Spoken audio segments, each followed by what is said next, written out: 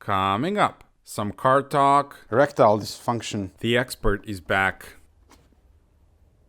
There's been an accident. It's blood strudel, man. And will it start?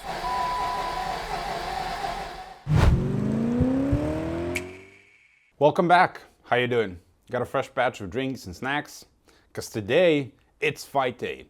We are picking up where we left off in the previous one and going to attempt and fix stripped spark plug threads. This is the repair kit from KS Tools, and it cost 42 bucks on Amazon. Well, 42 European shillings. And that's what comes in it. We have thread inserts, whatever they're called, and a tool to rethread the threads. And this is the time insert. It looks like a sleeve, and it goes onto the spark plug like this. And then the spark plug goes into the engine. So I'm gonna dip this into a lot of grease, and then as I thread in this tool, all of those metal shavings can accumulate in all of these crevices here. Then when I pull it out, it's gonna come out with the tool. And we're also going to vacuum. It sounds simple, doesn't it? But I bet it's not going to be. Pull out the spark plug.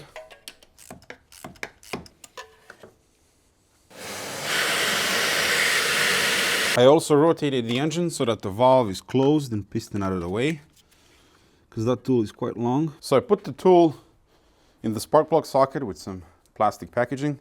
That way it won't slide out. And now we are going to use some axle grease and just kind of dip it all over the place on the tip as well, and make sure those crevices here are full with grease. Covered in grease. Let's see if I'm gonna make it worse, or am I going to fix it? Disclaimer, if you don't want aluminum shavings in your engine, the head needs to come out and this repair to be done on the table. But in this case, the car sat for 10 years and we need to get it running and then see if it has rod knocks, blown head gasket, or similar good stuff. The method that I'm using with coating the top in grease is good and it'll collect the majority of shavings, but some of them will inevitably end up in there. Alu shavings are softer than the cylinder walls, piston rings, and valves, and the risk of them doing any damage is low. You'll also vacuum out and blow out as much as possible, and the rest should fly out upon startup. Keep in mind that in E60 M5 we had a failed vinyls pump and alu shavings were floating everywhere, and that engine is scot-free. M70 V12 is one robust machine and can take a beating.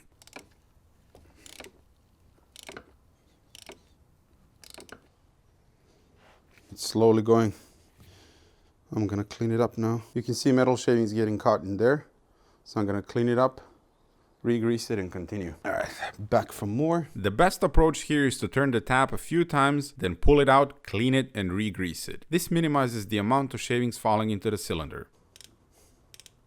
I think this cutting tool is not good. Okay, let's try a different tool. This one appears to be So I bought another tool kit. This one appears to have a better tool, so we're gonna try that one. This one already feels much better. Those are the metal shavings.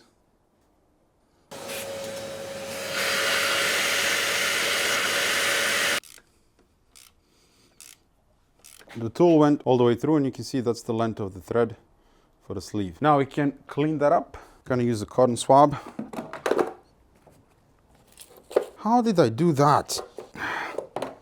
Now I'm gonna rig up some sort of sucking device with the fuel hose so I can shove it in there and just make sure it's clean. I mean, feel free to admire my handiwork. I call it erectile dysfunction sucking device.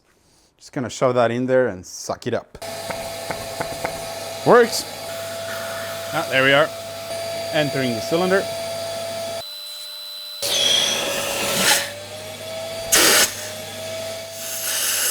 Do another cotton swab. Next step, get a brand new spark plug. Make sure that the threads are perfect. And then get the sleeve on.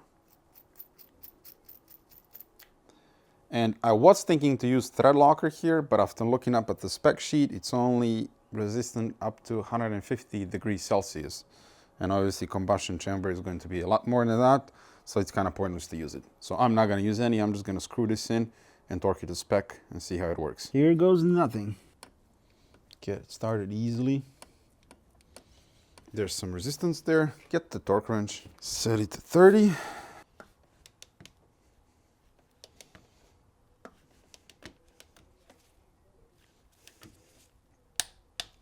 Yes, it torqued. Who's your maker? Right, 2 more to go. So here's the conclusion. The cutter that comes in the KS tool is piece of turd. And then I bought another tool, because if there's one thing that I learned from buying tools, always get two. Always get a backup. Because you're most likely never going to get it right from the first time, especially when buying on eBay and Amazon. So I also bought this tool. It's V-coil, and that's the part number. And it's also a set with all of this stuff. But the cutter is much, much better in this set than it is in that one over there. So this one worked a treat. This one didn't. We torqued one spark plug, and now we need to do that 2 more times. Take the spark plug out. So I can see the piston. We need to rotate the engine. So first I'm pushing in the hose to make sure there's enough space for the tool to go in, because it's kind of long and I don't want it to hit the piston or a valve. Yeah, plenty of space. Greased up tool going in.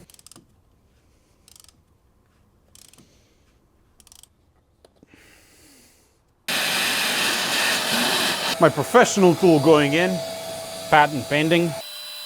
It's in the cylinder. Spark plug with new threads going in. There it is. Oh, the sweet sound of torque wrench clicking. 2 done, 1 more to go.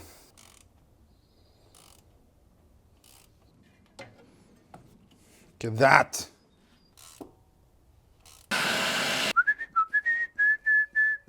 The final spark plug is going in.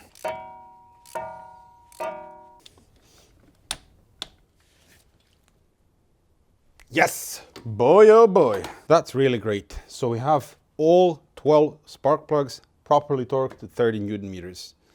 And now I just need to reassemble everything and flick the key and see if this thing comes back to life. But this is really good. And to be honest, this wasn't that difficult. I just went really slow and carefully because it was my first time doing it. But once you get a hang of it, it's really easy. The important thing is that this part of the cutter goes all the way through, because it's wider than the front one. And this is what creates new threads for the insert. So it really did work excellent.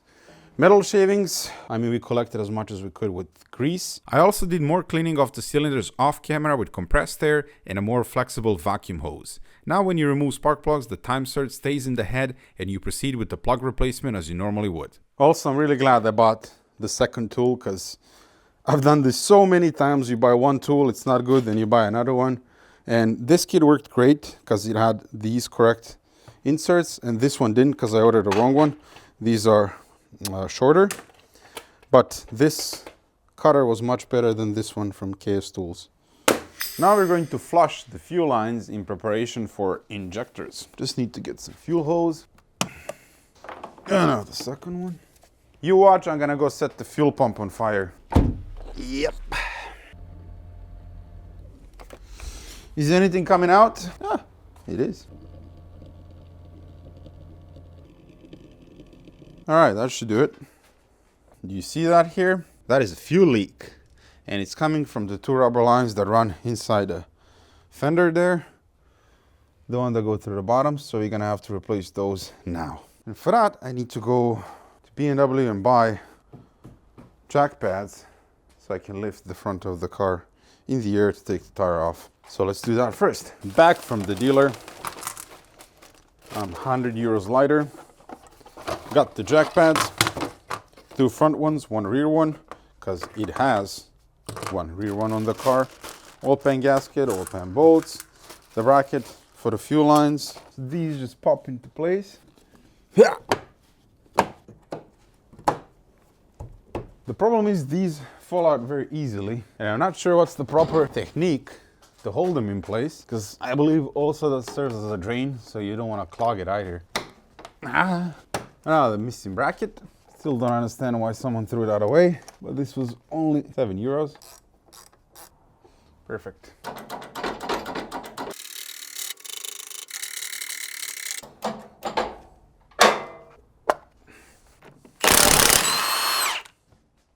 Look how beautifully rusty that brake disc is, and the lip.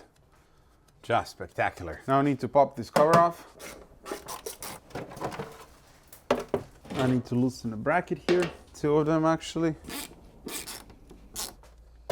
The problem is that one doesn't want to come out. Come out and play with us. Come to us. Just like that. Oh, come on. Don't be a bastard.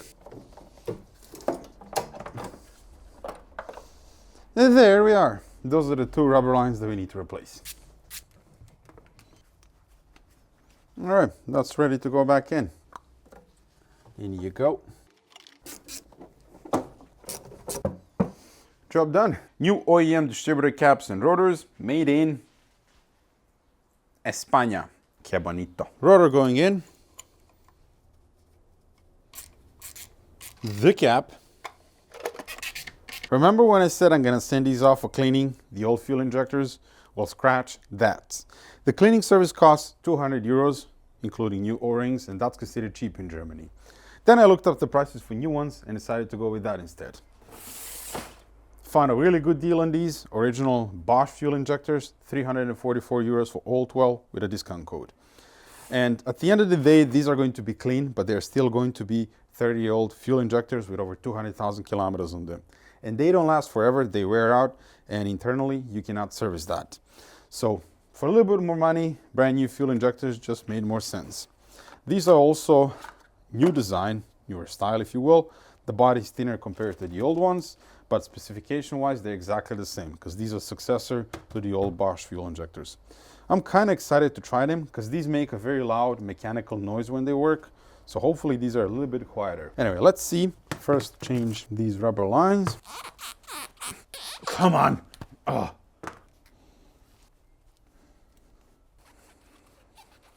So I'm gonna fire up the compressor and just blow out the rail. That's nice and clean. Now we're gonna install new injectors, and it's very important to lube up the O-rings so you don't tear them when you push them into the rail. And for that I'm gonna use Vaseline.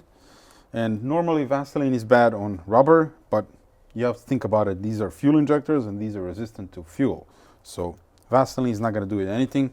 But otherwise, on your normal rubber, coolant hoses, whatever, you can use silicone, but silicone grease is not very good in the fuel system. So this is a very good option. Just a little bit, not a ton. Nice and easy. Perfect. Now I'll go get the clips. The boat rail is now ready to go in. Gotta replace the return line as well. That's both return lines from the fuel pressure regulators replaced.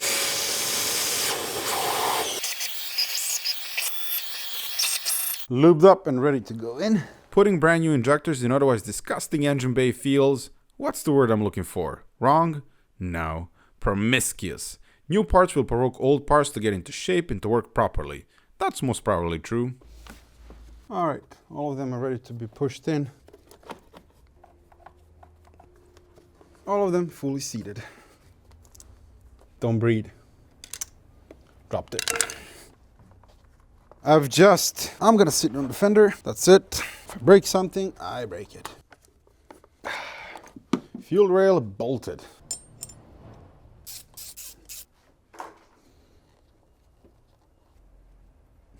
And then for this one, I need to remove the throttle body.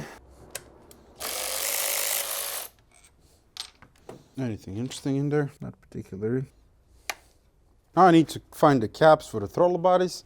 I bought like 10 of them about a year ago, and I don't know where I put them, so I'm gonna spend about a year now looking for them. What's this? Don't know. Oh, there's a filter there. Bolt for something. Ah, found them. Cap here and here. There's no one. New air filter. Replacement map from the E32, or borrowed, should I say. You're ready to hit the key.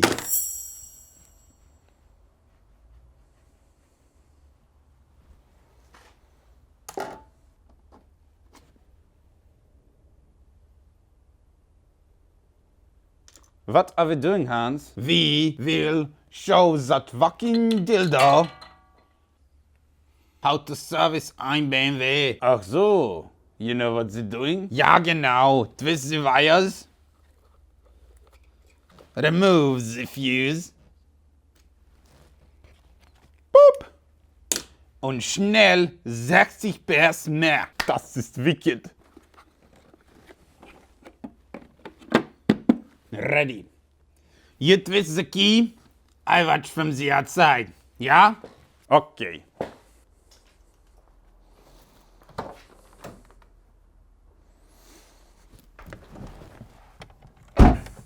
Oh ja.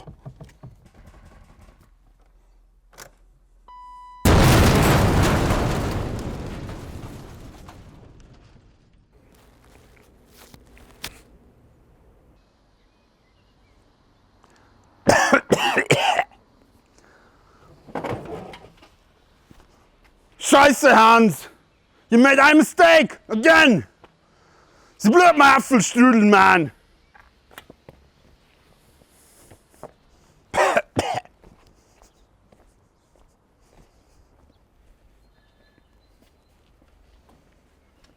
All right, here's the plan. Start the car. If it runs, let it run for a minute or two. Then shut it off, reconnect the cooling system, start it again, let it get it up to temp. See if you have any other issues. Head gasket perhaps or something like that. And if all is well, then I can pull out the spark plugs again and check the compression of the engine and see if the engine is healthy or not. I just did the best I could to get it running at this point because I don't know anything else about the car. If the gearbox is good, for example, diff or whatever. So all of those major components. Because right now we don't have clutch either. That's the next on the list that we have to fix. So at this point, all I want to do is get the car running. That's all I want to do. I want to hear it run. All right, here we go. Fuel pump is reconnected.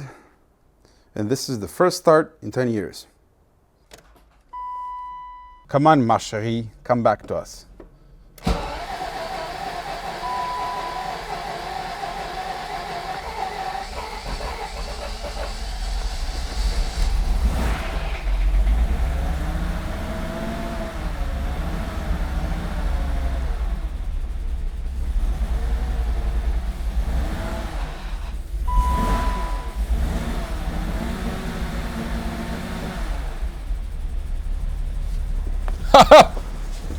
It's running.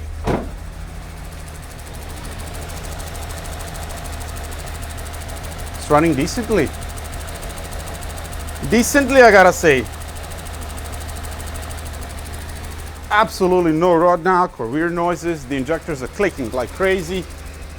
So the new injectors do nothing when it comes to the sound compared to the old ones. No smoke, but there was a lot of initial smoke because the cylinders were fogged.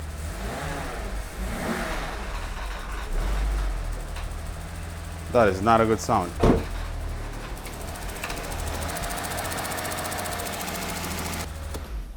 right, that's enough. Okay, it runs. There's a weird sound when I give it throttle. Start it again, see how it starts. Actually starts good.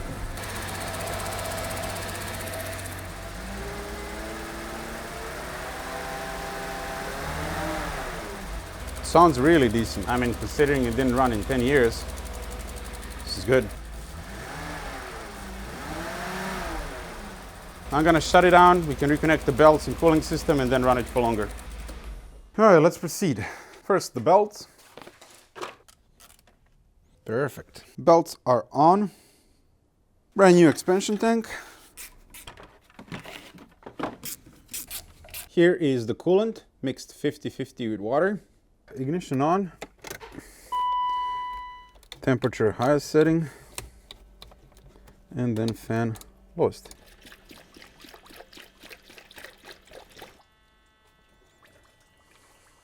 Have a tiny syringe now. Thank you, Philip. The fan clutch on so it can cool itself.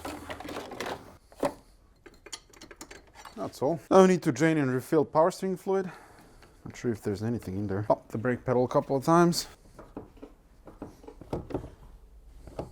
Yeah, the pedal doesn't go firm after 10 or so pumps, which means the brake accumulator is probably shot. But we're gonna drain this nonetheless. This is the drain plug on the power steering pump. Yeah, that's ATF. Completely wrong. Should be pentensine. CHF 7.1. Abused you are, my friend. Abused and serviced improperly. The drain plug with a bit of sealant going in. Gonna remove this mesh to clean it. Hello. Very goodly. Hydraulic fluid. The green one. It's good for now. All right, let's get this vicious bastard going again.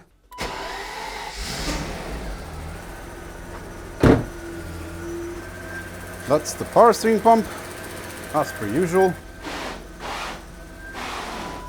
Power steering works. At this point, I'm just gonna let it run and see if it comes to operating temperature and stays there. Bit of condensation, but that's totally expected.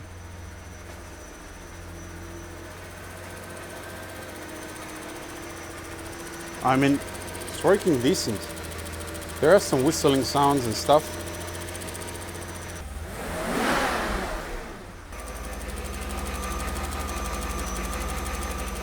Oh, I think that's the chain. Yep. I had that on the green E31. So there is a little bit of that like scratching, dragging sound. I had that on the green E31. And it was the timing chain tensioner. But let it rip, nearly up to temp.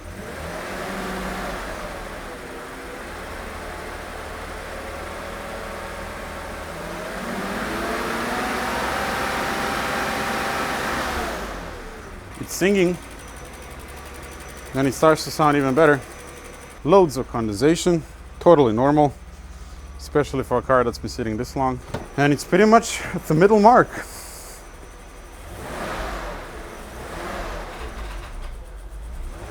That did not sound good.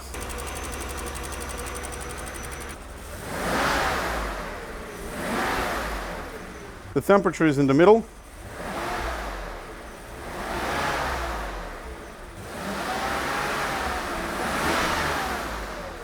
It's not overheating, so that's good. It means we don't have any head gasket issues. The engine sounds good. There is some noise when I let go of the throttle, but let's see. Shut it off, check the compression of the engine. If everything is good, drop the oil pan, but first run liquid moly engine flush and then drop the oil pan and see what that tells us.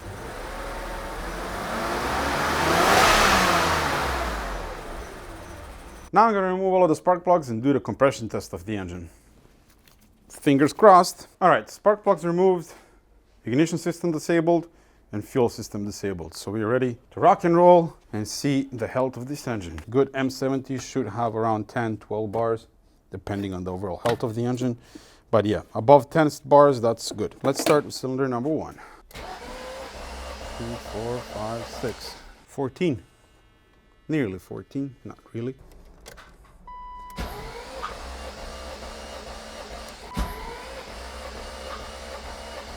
Ladies and gentlemen, despite everything that this engine survived, we can't say survived now, it's still good.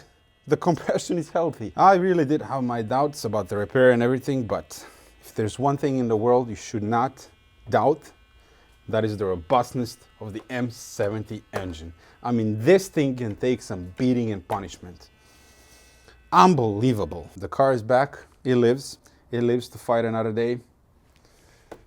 Good engine. The next step, reinstall spark plugs, and this time we are going to get the satisfying torque wrench click of all 12 spark plugs in sequence. Then we're gonna get it running again. I'm gonna put liquid moly engine flush in it because there's a lot of gunk and stuff in that engine. So I wanna flush that, and then we're gonna drop the oil pan, look at the oil pump, and also at the timing chain from the bottom. OCD satisfaction level at its peak.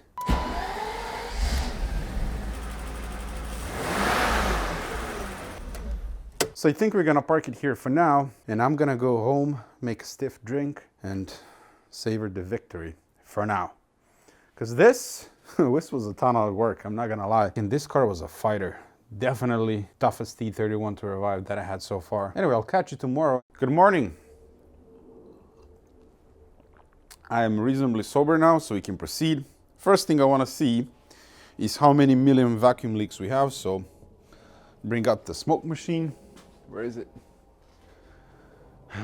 All the way up there. Let's see. What? Not a single vacuum leak? I don't believe that. So yes, no vacuum leaks there. That's a little bit unexpected, to be honest. Not a single vacuum leak. Can't believe those 30-old intake manifold gaskets is still holding. Impressive. This thing is pumping smoke, right? Yep. That's crazy. But all right. Let's hear the cold start. I'm gonna let it warm up, then shut it down, put engine flush in it, let it run for 10 minutes, and then we're gonna drain the oil. Actually, not bad. Not too bad. That's definitely timing chain noise. If everything looks good when we drop the oil pan, I am going to nonetheless replace the timing chain tensioner because it's, I think, 15-20 euros, really cheap, and try to adjust the guide a little bit further, like 1 or 2 turns, see if it makes any noise. Other than that, it works really good. I mean, it's not even shaking too much. We're gonna do the coin test later. That is a must.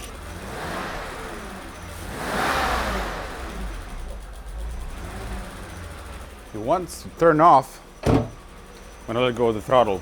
So I think I'm also going to remove throttle bodies and clean them. That's not that difficult, and it's a good thing to do. This is the flushing device. You can see here some instructions and stuff. So a few of you asked me whether you should use engine flush. And here's my take on it. If you're dealing with a car like this, that's being neglected probably most of its life, that's disgusting inside, that you're just getting running, then use it. But if you want to use it on your daily car that had regular oil changes, that doesn't have dirty oil, that the engine is more or less good, that you don't have any issues, I wouldn't use it. You're not gonna see much benefit. The one thing that I noticed when I used it a long time on one of the E31s that I revived, the engine was really clean and I still used flush. It actually developed oil leaks on all the weak spots. For example, timing chain cover, it started leaking there. So the engine flush is really good. It's slowly and softly removing deposits and stuff that are in the engine. But if you have a weak gasket somewhere, you might develop an oil leak there later. That's my take on it, so do with it whatever you want. For example, in my E39 M5, I wouldn't use it there because I know that the engine is good, it's clean. I do the regular oil changes, so there's really no reason to use the flush there. That's nearly full, so I'm gonna withdraw a little bit of fluid. I don't want to overfill it. That's it. Drink up, my friend. Now we can fire it up and let it run 10 minutes on idle. Stopwatch and wait 10 minutes.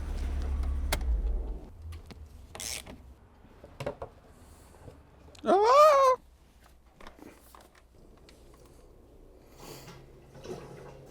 This looks a lot better. It's not super black. Oh yeah, from that side it looks bad. But if you come from this side, it's not terrible. It still has a nice color to it. First, disconnect the oil level sensor. We also have a missing oil pan bolt here, and 2 scenarios. They either lost it and couldn't be bothered with replacing it, or the most likely one, they stripped the threads. Let's find out. Gonna stop here and just clean the perimeter with brake cleaner. Well, you can see a ton of sealant here. Here we go. Bonjour. Good golly. Look at this craftsmanship. I mean, the amount of sealant, color me impressed. The oil pan itself, nothing interesting in it. A little bit sludgy, but this is like totally normal. We also have condensation. Again, normal, but no big pieces or chunks or whatever. 10mm socket, Legos. Oh, so they actually didn't use gasket at all. Oh no, they did. Combination of the old gasket and sealant. So first glance, not terrible. Some varnish here and there. So there you can see the timing chain guide. And it only has one guide. Unlike, for example, M60 TU V8 engine, this does not have U-shaped guide. It has a sprocket there. And it only has one plastic guide. It's not plastic, it's composite, but the one over there. And then it has channels that you can see there through which the chain goes. And that is one guide that this car has, and it looks intact. Yeah, I mean, the guide looks perfect. The chain, the oil pump chain is not loose. The nut is not loose. There's one. That was a big chunk. Another one. Well, yeah, it's full. I think vacuum cleaner, put it there and just suck out whatever's in there. Oh no, they broke the bolt. Perfect. Perfect. Yeah, so I forgot there was a third scenario. They broke the bolt and just left it in there. And I got oil in my mouth. Now it's in my beard, actually. Not too bad. Gonna smell manly today. Do I have tools to extract this broken stud? And it's a bit tricky position as well, because it's right next to the subframe. I mean, I don't see anything wrong with this guide. Ah, something went down my back. Oh, it's going down. Oh, I can't stand it. There it is. Sealant. Sealant went down my neck. I don't see anything wrong with the chain or the guides, and it's probably the roller that's making the noise on the guide or the tensioner. I ordered a tensioner just because it's cheap and we can do it. Plus I'm gonna add oil additive now. So that might help with friction or something, I don't know.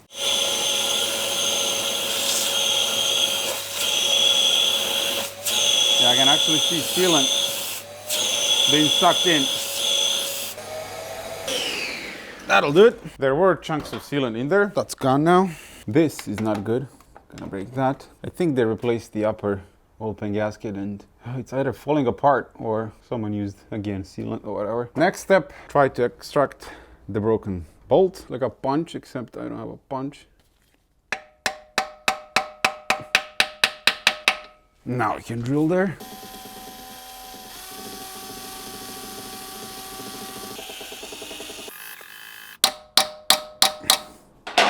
All right, here we go.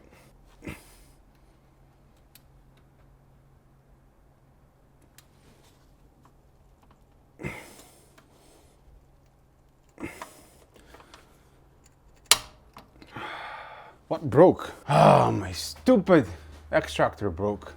Cheap garbage tools. Can't believe it actually grabbed and then the thing broke. Now I finally had an extractor to extract my extractor.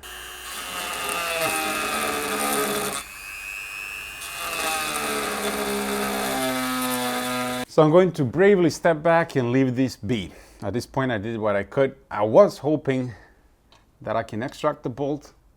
That would have been easy, but my stupid extractor broke inside and I have a problem where I can't drill through it because that's some really hard metal and I don't have drills that will go and drill through it. I need some special attachments or whatever.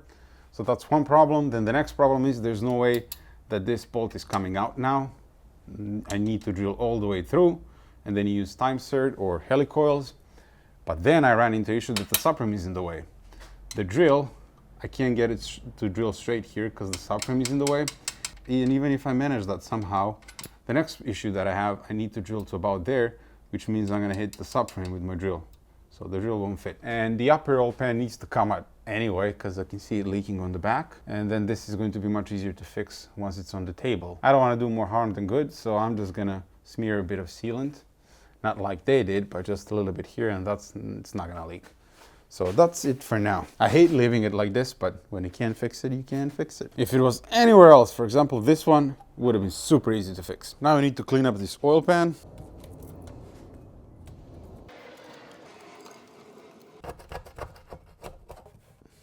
They scratched the hell out of the oil pan whilst removing the old gasket.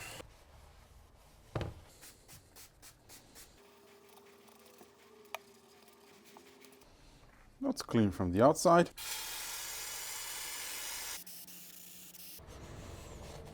There's absolutely no way that this is going to seal just with a gasket. And the gasket is cork type, not a very good one, but there's just way too much damage from when the previous person was removing the original gasket, which is incredibly hard to remove. And then the oil pan surface is damaged. So I am gonna have to use a thin layer of sealant on this side of the gasket, but I'm not going to use anything on the upper oil pan. I'm going to use there where the broken bolt is, but the rest of it I'm just going to clean it off. This is the crappy original BMW gasket, cork type. I really wish someone comes up with a rubber gasket for this oil pan. Now I'm going to use a thin layer. So you smear it.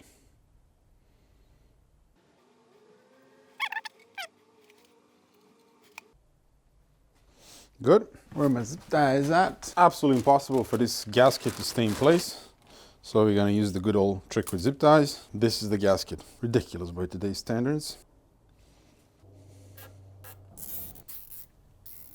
I just use the thin layer here, and that's not going to leak. 1, 2, 3, you're going back.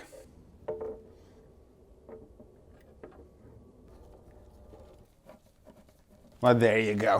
Now we're gonna cut the zip ties. Perfect. I'm also using some thread sealer on the bolts so it doesn't leak through the bolts. Now we can go ahead and just mix all around and torque these slowly, but I'm not gonna use a torque wrench because it's very easy to snap these bolts, as demonstrated by the previous bastard, so just go little by little. And just remember, you can always tighten the bolt more if it leaks there. So it's better to leave it a bit loose than to risk snapping the bolts. That's it. Oil level sensor with a new O-ring. Go up top, refill with oil. Now I'm gonna use this combination, liquid moly motor protect and oil additive. I've used these two in Project Cologne and Project Dubai. Very happy with it. And this actually made engine in Project Cologne, the E46, run a lot smoother than it did before. And it also feels like it has a tiny bit more power because this also reduces friction and stuff. So it's really good stuff. We're gonna use it here as well. See how the engine likes it. I always pre-lube my oil filters. Add a bit of oil first. Motor protect.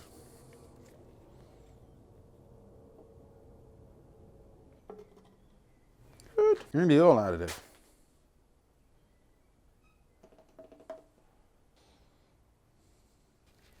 Yep, perfect.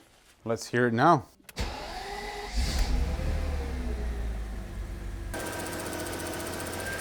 Alright, gonna let it warm up.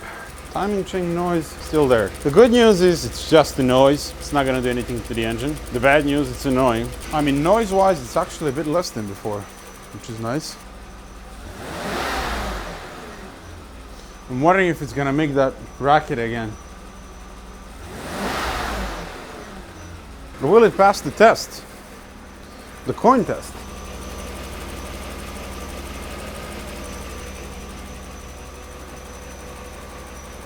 Yep. After everything it's been through, it can still pull off the coin test.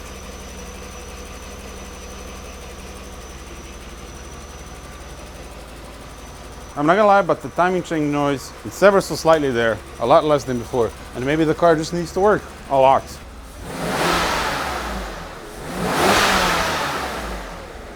Sounds healthy. What is that whistling noise?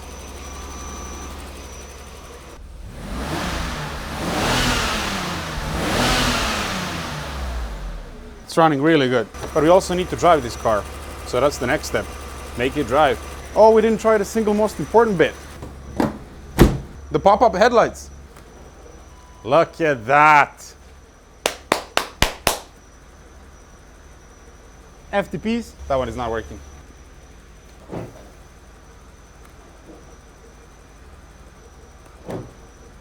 Honestly, sounding out 10 times better than before. Just have a listen. You can just slightly hear the timing chain, but that can be even called normal, given its age.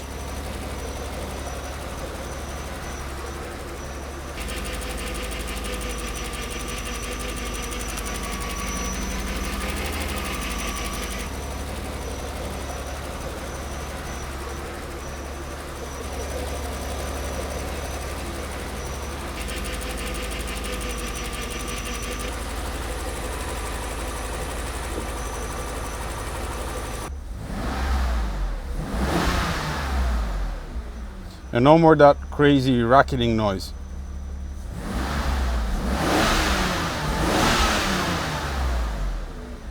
Revs super nice. It does not overheat. It is a good running car now. All right, I'm gonna shut it off before I suffocate. Honestly, it's working a lot better than before. And that's all because we used engine flush, and then good oil, motor protect, oil additive, and it's running a ton smoother. Timing chain noise is pretty much gone. It really is. Also have a coolant leak. I can hear it bubbling now. Oh yes. It's coming out like crazy from this hole. Oh, don't touch that. Don't be stupid. Yeah, get the goggles. At least protect my eyes. But yeah, this hose, nicht good. Plus we have leaks here. I don't know if that's from the radiator. No, that's the radiator leaking. In the next episode, we're gonna do the radiator and all of the rubber coolant hoses in the front, because I don't want this popping in my face. We have an engine with good compression. It's working really good, like smooth, and I haven't even cleaned the throttle bodies yet. It's revving beautifully without any issues. That racketing noise, whatever it was before, it's gone. No blue smoke, just a ton of condensation, but it's gonna be a while until all of that clears out. What should I say anymore? The M70, the mighty M70 lives. Unbelievable. They are really built like tanks, these engines. Really are. They can really take proper abuse and still come back to us. All of this would have been much easier if some bastard didn't work on it, stripped spark plug threads and everything else.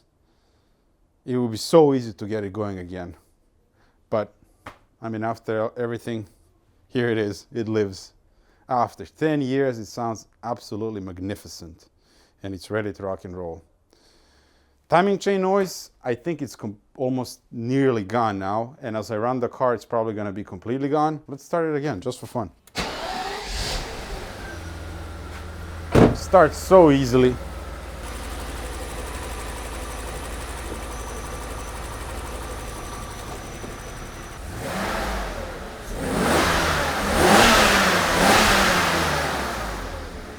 Welcome back to life, ma chérie. Welcome back. Feels good to be alive again, doesn't it? Firing on all 12, singing the song.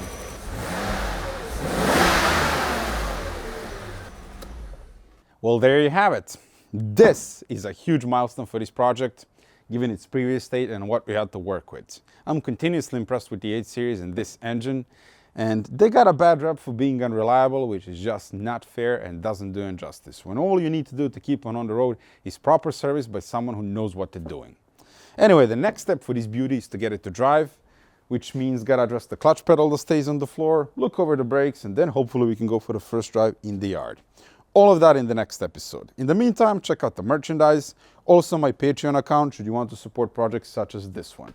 As always, thank you very much for watching. Consider subscribing if you enjoyed the video, and I'll see you in the next one. Toodaloo!